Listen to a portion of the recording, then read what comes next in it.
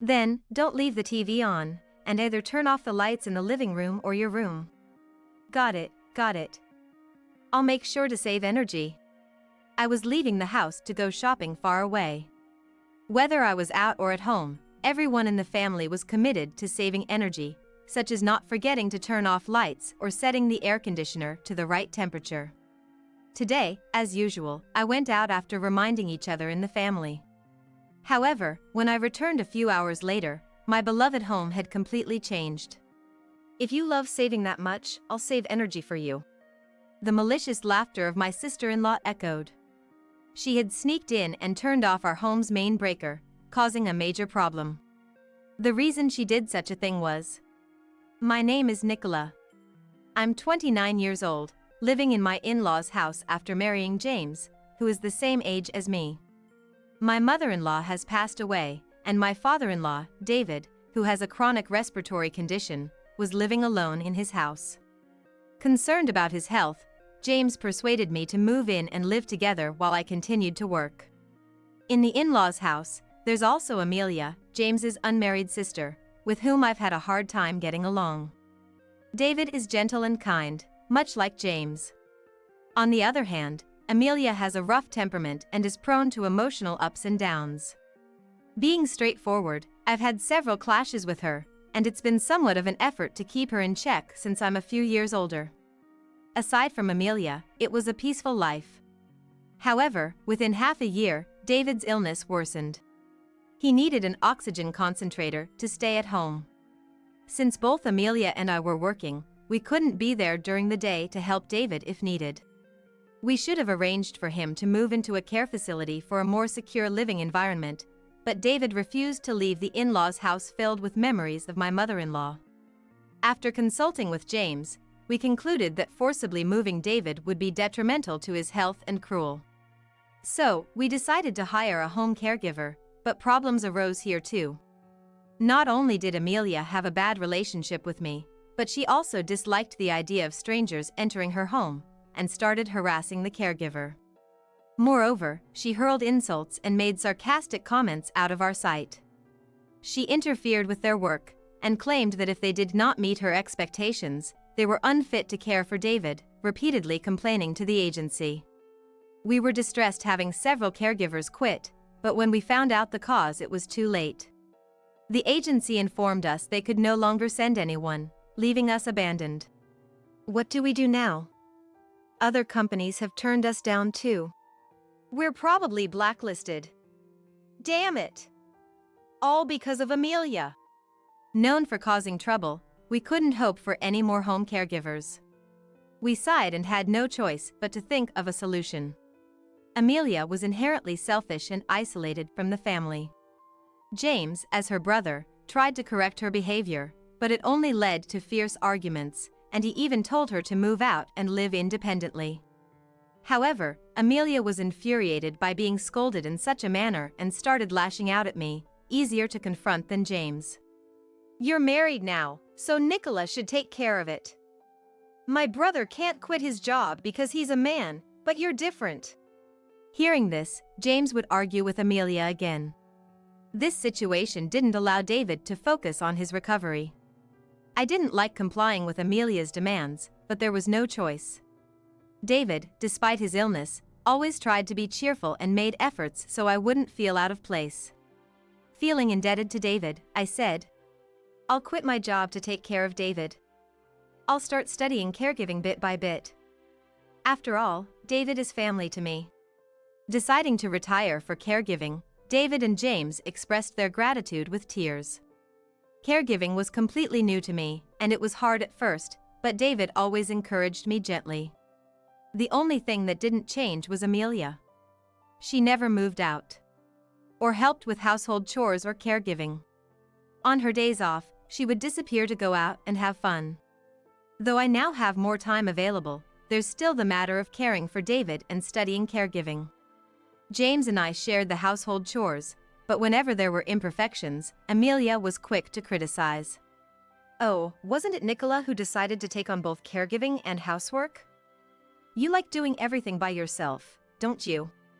If I retorted even slightly, she'd hit back with sarcasm. she harassed me this way, but James and the others would quickly find out and scold her repeatedly. Each time, she would play the victim, saying, "Dad's too kind to say anything. I'm just speaking up on his behalf." Of course, there was no improvement, and her interference only served to interrupt my work, quickly leading to stress accumulation. I'm truly grateful to the home caregivers who managed to smile through Amelia's persistent behavior. Not just me, but David and the others were also weary of Amelia's stubborn attitude. However, on a day James and I were discussing how to encourage her independence. "I've got a fiancé now, so I'm moving out. Bye, Dad. I'll come back to visit sometimes." With that, Amelia left the house quite abruptly. We were stunned, but with her departure, the atmosphere at home stabilized. Although there was talk of David moving to a care facility due to his age and condition, I was getting accustomed to caregiving, so we decided to continue with it at home. Amelia, now living with her fiancé's family, frequently returned to her childhood home. "There'll be leftovers from dinner tonight, right? Put them in a storage container. I'll take them home with me." It seemed she was relying on our leftovers to avoid preparing meals for her fiancé. Her selfish nature was intact, treating me like a housekeeper as before. "Amelia, don't order Nicola around without offering to help yourself." Yeah, sorry, Nicola." "All right then, hurry up with dinner, will you?" David's admonishments seemed to go unheard, merely brushed aside. To be honest, the amount of food I prepared hadn't changed since she left, so that wasn't really an issue. The real problem was the increased expenses on groceries and utilities. Despite moving out, Amelia stopped contributing financially but frequently returned to do as she pleased, leading to higher outlays. Moreover, she had no concept of saving energy or money. "Amelia, please turn off the lights in rooms you're not using. And about the shower, can I use it first if you're not going to?"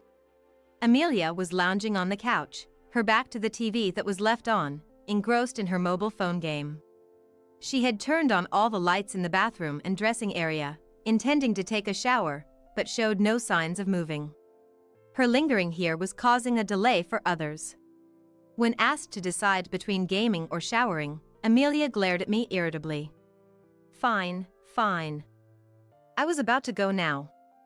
Can you not bother me? Always on about saving and conserving, are you dumb?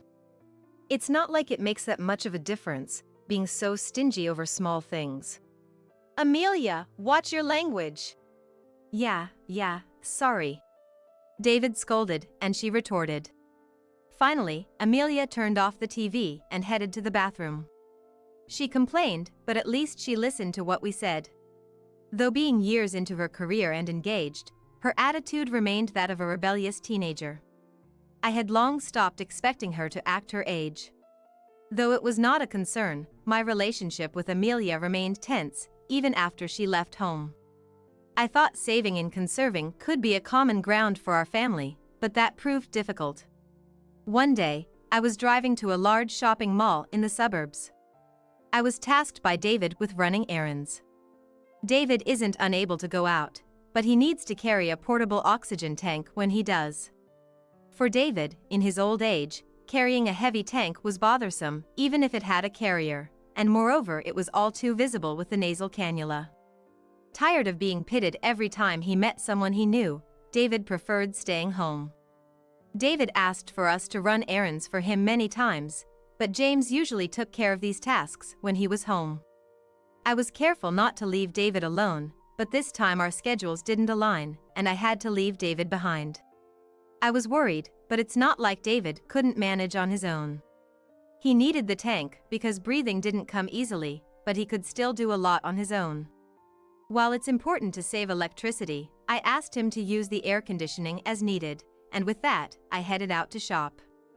After completing the shopping without any issues, I returned to our home's parking lot a few hours later. It was late afternoon, although I had left in the late morning. Before entering the house, I checked my mobile phone. Sometimes James contacts me about dinner plans. But what I saw on the screen surprised me. There were countless missed calls. The callers were James, David, and the general hospital David attends. A cold sweat broke out on my back.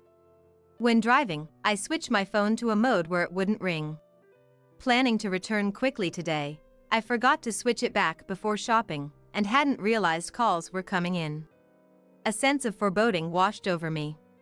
I tried to call James first, but the phone just rang multiple times without connecting. Growing more anxious, I tried David's number next, but there was no response there either.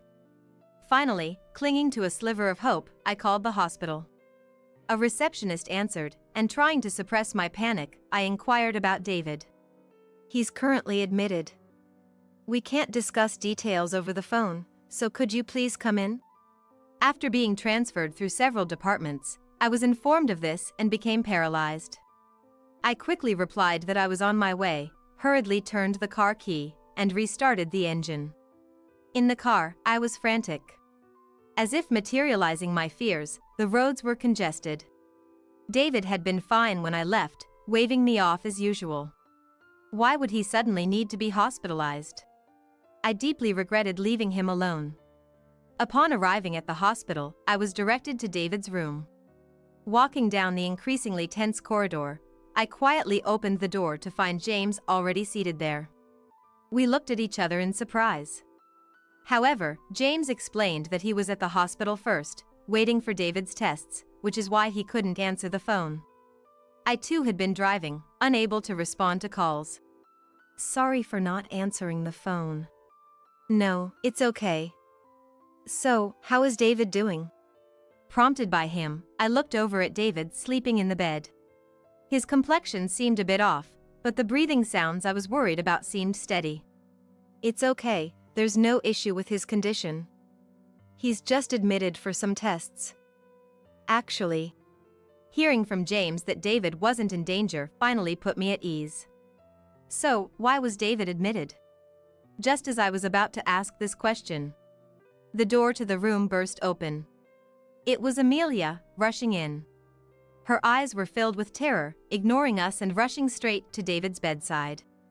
Seeing him lying there, she screamed loudly. Ah! What has happened to Dad? James hurried to calm her down. But her panicked cries continued to echo in the room. Please, calm down. James tried to pull her away from the bed. Her voice, initially fearful, gradually quieted down, but then she suddenly turned to me, glaring and shouting with raw emotion. You were with him. What happened? Her accusations struck me, leaving me speechless. James intervened to calm things down, but her anger was still directed at me. Confused, I was caught in a strange sensation. David needed oxygen, but such a sudden hospitalization seemed unlikely. Wait. Can't we talk about this calmly? James turned back to us with a quiet tone, starting to explain what he knew. David was transported here because the oxygen concentrator's power was cut off. After I left, David was sleeping in his room when the power went off. He woke up feeling suffocated and tried to turn the machine back on, but it wouldn't work, and he couldn't reach me or James. David connected himself to a portable tank to catch his breath, but was anxious about waiting alone without knowing when we would return. David, struggling with a headache, decided to go to the hospital, but since we usually drove, he had no way to get there. He then attempted to call a taxi, but his hands trembled so much that even making a call became difficult. So, David went to ask a neighbor to call a taxi for him. Upon stepping outside, the neighbor screamed at the sight of David. They took him to the living room, laid him down, and applied copious amounts of ice while calling an ambulance. It was then that David realized he was suffering from heat stroke. Thanks to timely treatment at the hospital, his condition stabilized and he was safe. According to what James heard from the doctor, David, perhaps due to his age, had a diminished ability to feel heat, and he didn't realize that his trembling hands and headache were symptoms of heat stroke, rather than old age. He also had convulsions, so immediate treatment and hospitalization were necessary. Hearing James's explanation, I couldn't help but express my doubts. The power for the device not coming on. It's hard to believe the plug could have come loose. We installed it in a place where it couldn't be accidentally unplugged, right? James frowned, deep in thought. Amelia remained silent. However, her face was visibly pale. That's correct. It couldn't have come unplugged on its own. I went back to check, and indeed, the plug was still in. Then how? I was even more confused by James's words. He had returned home to prepare for the hospital stay. And noticed the power was off, but the plug was still connected. He then looked sternly at Amelia. Her pallor suggested she was hiding something, but it was unclear why James was so angry. Suddenly, James raised his voice at Amelia. You turned off the breaker, didn't you? Say something. As James's voice echoed in the room, Amelia started trembling. Struggling to speak, but only managing to utter incoherent sounds. Then James took something out of his pocket. The hospital had tried to contact me, James, and Amelia several times, but James was the first to connect. Returning home to prepare, James immediately felt something was off upon entering. He was greeted by an unbelievable heat wave. Noticing the hall light didn't work, James checked around the house and found all appliances stopped. Rushing to the breaker, he found it switched to OFF, as he suspected. James was stunned and suspicious. Why would this happen? There was no report of lightning or any incident that could cause the breaker to trip. Other homes were unaffected, with no reports of power outages. However, James remembered something important. Our home had several security cameras installed. This was before I married James, insisted by David after a burglary, for his wife's peace of mind. Despite our commitment to saving, the cameras were kept for our safety. The footage before the power outage should be available. Rushing to restore power, James checked the records. I've got the footage here. I wanted to show both of you, so I transferred it. James took out his mobile phone in the hospital room and showed us the transferred footage. The first scene was our familiar home entrance. Some time after I left, Amelia made her appearance. It was the first time I knew she had come to the house, and I couldn't help but glance at her next to me. She used her own key to open the front door and enter. The usual noise was absent. Instead, she looked around, as if searching for something. It was almost as if she was checking to see if I wasn't there.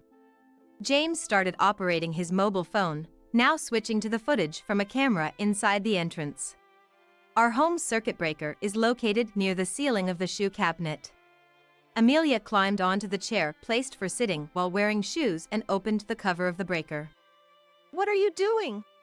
Even though I knew what was happening, I couldn't suppress such a scream. The camera had a voice recognition system that starts recording when it detects sound, so it recorded not just the sounds of Amelia moving but also her chilling whispers. This is the breaker, right? If the fridge stops, that penny pincher will calm down a bit, won't she? A maliciously laughing voice echoed in the quiet, silent hospital room. Look, I'm saving energy, just like you love to do. After she turned off the breaker, the footage ended. We were at a loss for words, standing frozen in place. Turning off the breaker would, of course, stop the power supply throughout the house.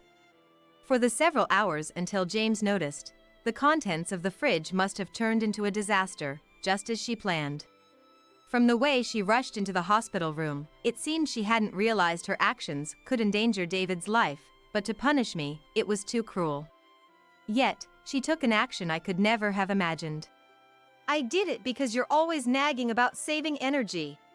She started to raise her voice in an attempt to justify herself, tears welling up in her eyes. I didn't know Dad was home. I thought you went out together.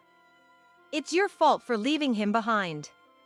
I didn't think this would happen, she repeated. Contrary to her tearful self-defense, my heart was ablaze with anger. Sneaking in like a thief and turning off the breaker, it's miraculous he survived. If something had happened to David, I couldn't help but blame Amelia, but she raised her voice even louder to blame me. But it's your fault. You shouldn't have left Dad. It's all because of you. Her accusation pierced my heart. Indeed, I shouldn't have left David behind. Leaving him behind, saying that going far would be a burden, was perhaps my mistake. As the hospital room filled with tension, suddenly it was shattered. "Quiet down!" David, who we thought had been asleep, rebuked her. He couldn't raise his voice much due to his illness. Being naturally gentle, we were all shocked. All three of us turned our gazes to him. "Do you understand what you've done? Causing trouble for everyone, almost killing your father. Nicola isn't to blame." David's eyes were filled with anger and disappointment. His tone was much stricter than his usual gentle demeanor. Woken up by Amelia's screaming and the commotion, he had woken up and heard everything, including the surveillance camera footage. "If you're going to keep making noise, leave. And don't ever come back to the house." After being scolded, Amelia turned pale, frozen in place, but then she suddenly started crying. And rather loudly, which was very annoying. Amelia was apologizing to David, but James said, "Leave, you're a nuisance." And she was driven out of the hospital room. David was discharged just a few days later. When James and I went to pick him up from the hospital, he greeted us with a relieved smile, apparently feeling better. But upon returning home, Amelia was waiting at the entrance. She hadn't shown herself to us since that incident. We were expecting an apology, but what came out of her mouth were the same words as before. "It's your fault. Everything that happened to Dad is all because of you." David and James could only wear expressions of utter disbelief. David stepped forward towards Amelia, unwilling to admit fault and still trying to push the blame onto me. "Be grateful we're not taking you to the police just because you're family. Your actions are absolutely unforgivable." David's cold voice, unchanged even outside the hospital room, made her fall silent. But David didn't stop there. He had come to despise her from the bottom of his heart. "I'm disowning you. I can't believe you still don't understand the seriousness of what you've done. As I said at the hospital, never come to our house again."